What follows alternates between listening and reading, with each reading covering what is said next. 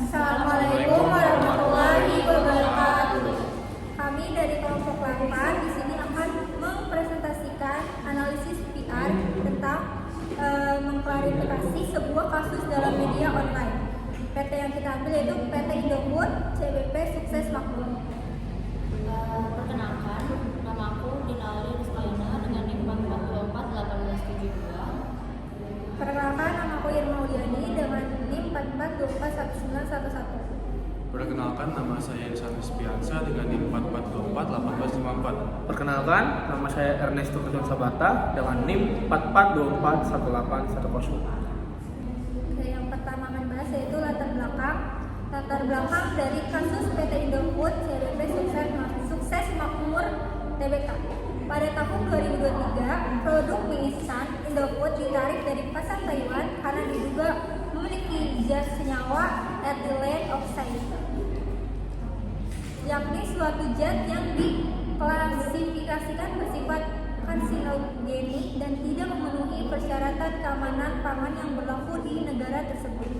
Namun di pasar Indonesia, zat tersebut masih diizinkan penggunaannya dalam batas kadar tertentu. Hal ini memicu persepsi berbeda dari masyarakat, namun sebagai perusahaan besar, mereka memiliki sebuah kasus yang cukup berat yang akan merusak nama baiknya.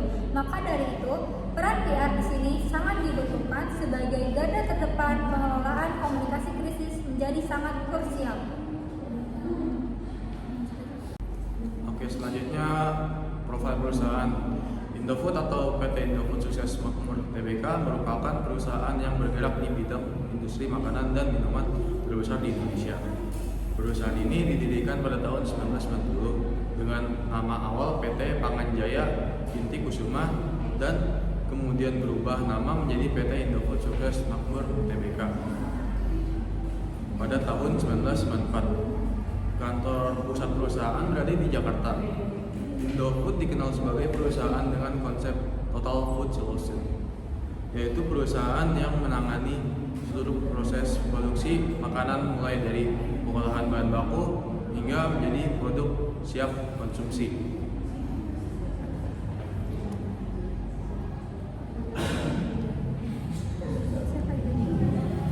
Kajian teori. Yang pertama ada public relation. Di sini PR merupakan bagian perusahaan yang bertugas membangun hubungan baik dengan publik serta menjaga citra perusahaan, terutama saat terjadi krisis. Yang kedua ada teori komunikasi krisis.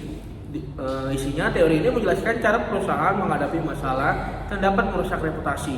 Tujuannya adalah mengurangi kepanikan publik dan menjaga kepercayaan masyarakat. Selanjutnya ada situational crisis communication theory atau CCT. Isinya menjelaskan bahwa strategi komunikasi perusahaan bergantung pada tingkat tanggung jawab perusahaan terhadap krisis. Pada kasus Indomie, krisis terjadi karena perbedaan regulasi antar negara. Selanjutnya, teori reputasi perusahaan. Reputasi merupakan aset penting bagi perusahaan. Komunikasi yang jelas dan transparan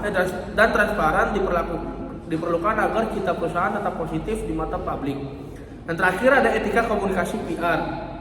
PR harus menyampaikan informasi secara jujur, terbuka, dan tidak menyesatkan agar kepercayaan masyarakat tetap terjaga. Selanjutnya ada metode penelitian. Penelitian ini menggunakan pendekatan kualitatif deskriptif dengan metode studi kasus untuk memahami strategi public relation Indofood dalam menghadapi kasus penarikan Indomie di Taiwan. Data penelitian diperoleh dari berita online, siaran pers, resmi Indofood, jurnal ilmiah, dan dokumentasi media digital. Teknik pengumpulan data dilakukan melalui studi dokumentasi dan studi perpustakaan. Teknik analisis yang digunakan adalah analisis isi konten analisis untuk menganalisis pesan klarifikasi, strategi komunikasi, dan upaya perusahaan dalam menjaga reputasi di tengah krisis. Selanjutnya ada hasil dan pembahasan. Hasil penelitian menunjukkan bahwa PT Indofood CBP Sukses Makmur Tbk merespon kasus penarikan Indomie di Taiwan dengan melakukan komunikasi krisis melalui media online dan pernyataan resmi perusahaan.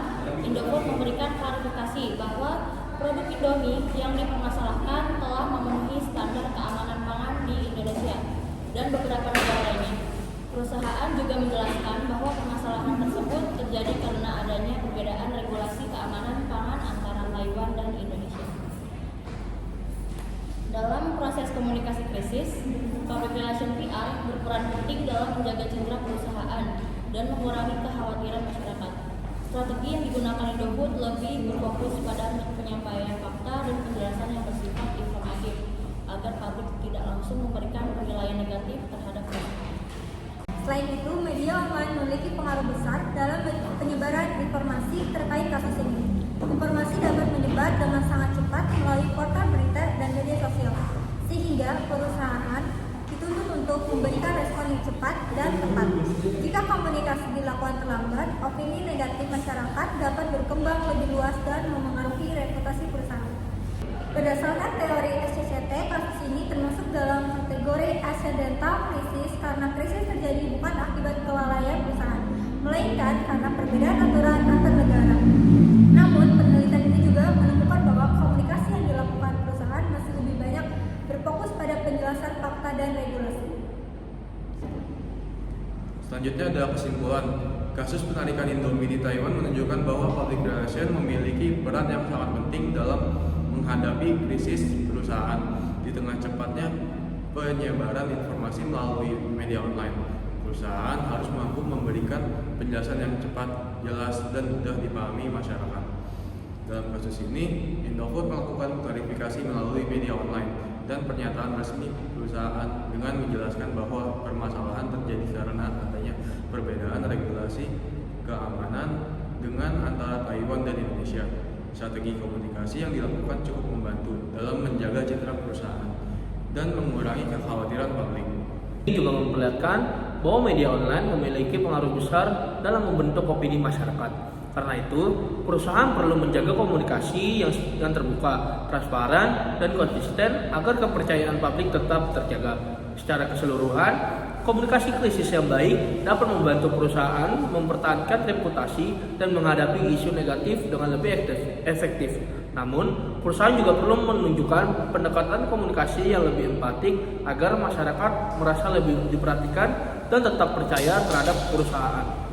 Berikut untuk daftar pustaka yang kami dapatkan untuk menulis atau membuat tugas analisis ini. Sekian dari kelompok kami. Terima kasih. Wassalamualaikum warahmatullahi wabarakatuh.